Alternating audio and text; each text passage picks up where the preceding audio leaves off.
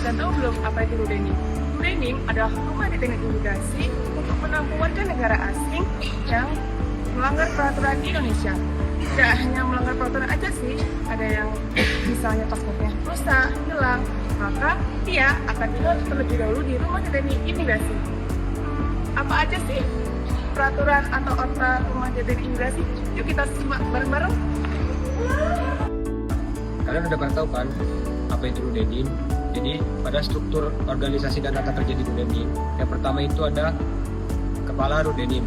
Saya Renat Andreas Ramadhani sebagai Kepala RUDENIM akan menjelaskan tugas dan fungsi sebagai Kepala RUDENIM. Yang pertama yaitu memimpin, mengawasi, dan mengendalikan kegiatan operasional yang ada di RUDENIM. Baik, selanjutnya di sini ada bagian tata usaha, di mana saya sebagai Kasubag Tata Usaha akan menjelaskan tugas dan fungsi dari bagian tata usaha ini sendiri.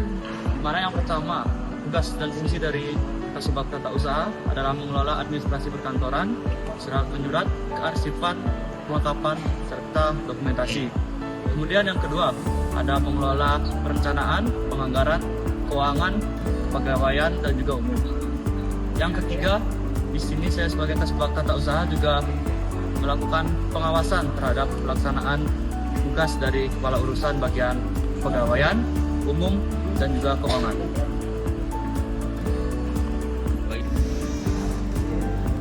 Saya di sini sebagai Korp Kepegawaian.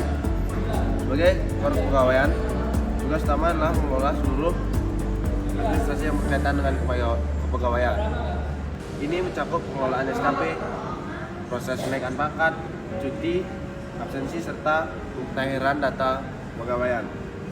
Setelah itu, Korp Kepegawaian juga dapat membantu pelaksanaan rekrutmen internal, kegiatan diklat, dan pembinaan pegawai untuk memastikan kualitas SDM tetap optimal dan sesuai dengan tuntutan organisasi. Selanjutnya yaitu Kepala Urusan Keuangan, yang memiliki tugas dan fungsi diantaranya adalah pertama, mengelola anggaran IPA, kemudian melaporkan hasil realisasi anggaran, serta melakukan pembukuan. Dan yang terakhir, memastikan penggunaan anggaran agar sesuai dengan aturan pemerintah yang ada. Selanjutnya ada kawat umum. Kawat umum memiliki tugas dan fungsi menjaga dan mengelola sarana prasarana seperti gedung, kendaraan, peralatan kantor, dan kebutuhan logistik.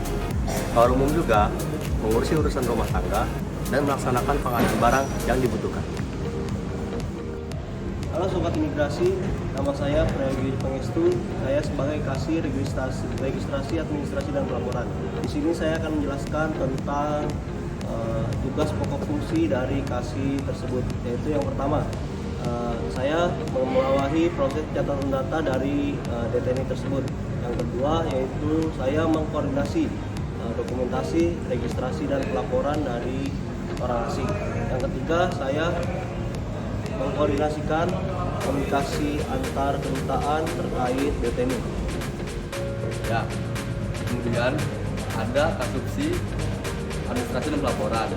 Itu tugasnya sendiri, itu adalah menyusun laporan harian, bulanan, dan tahunan mengenai kondisi DTNI tersebut. Kemudian selanjutnya, terlepas dari itu, tugas dan fungsinya adalah mengelola administrasi penempatan, mutasi, dan penempatan atau pemulangan DTNI secara lebih lanjut. Kepala Seksi Perawatan dan Kesehatan bertugas untuk mengawasi layanan perawatan seperti makanan, kebersihan, dan fasilitas serta kesehatan para DTNI. Lalu, Kepala Seksi Perawatan dan Kesehatan bertugas untuk mengkoordinasi kegiatan yang digunakan untuk menjaga kesehatan fisik dan mental para DTNI. Lalu, Kepala Seksi juga bertugas untuk mengatur pelayanan minimum bagi para DTNI. Hai Sobat Imigrasi, di sini saya sebagai Kasubsi Perawatan dan Kesehatan. Apa sih tugas Kasubsi Perawatan dan Kesehatan?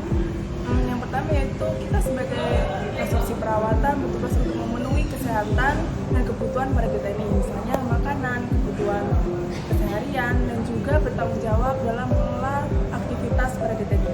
Kemudian saya juga memiliki tugas dan fungsi sebagai Kasubsi Kesehatan kesehatan, di mana Kasubdit itu mengkoordinasi kesehatan para DTNI secara berkala dengan melakukan cek fisik dan kesehatan yang sudah dijadwalkan. Selanjutnya, ada kasih keamanan dan ketertiban. Tugas dan fungsinya adalah mengatur sistem keamanan kawasan blok dan pengendalian ketertiban dari DTNI. Dan yang kedua adalah mengawasi petugas jaga atau PPNS terkait keamanan untuk DTNI. Kemudian yang ketiga adalah mengambil tindakan terhadap gangguan keamanan yang disebabkan oleh DTNI. Halo Sobat Dipas, saya Ramos. Di sini saya akan menjelaskan tugas dan fungsi sebagai Kasubdit Keamanan di DTNI. Tugas utama dari Kasubdit Keamanan yaitu menjaga ketertiban serta keamanan di seluruh area DTNI. Pertama, melakukan pengawasan seperti melakukan patroli di seluruh area DTNI sehingga lingkungan area DTNI menjadi tertib dan aman. Kedua, memastikan seluruh perangkat keamanan seperti CCTV, pintu, serta alarm terjaga dengan baik untuk mendukung pengawasan berjalan dengan baik. Yang ketiga, mencegah para DTNI melakukan tindakan berbahaya serta mencegah DTNI untuk melakukan pelarian dari DTNI. Sekian tugas dan fungsi utama sebagai Kasubdit Keamanan. Terima kasih.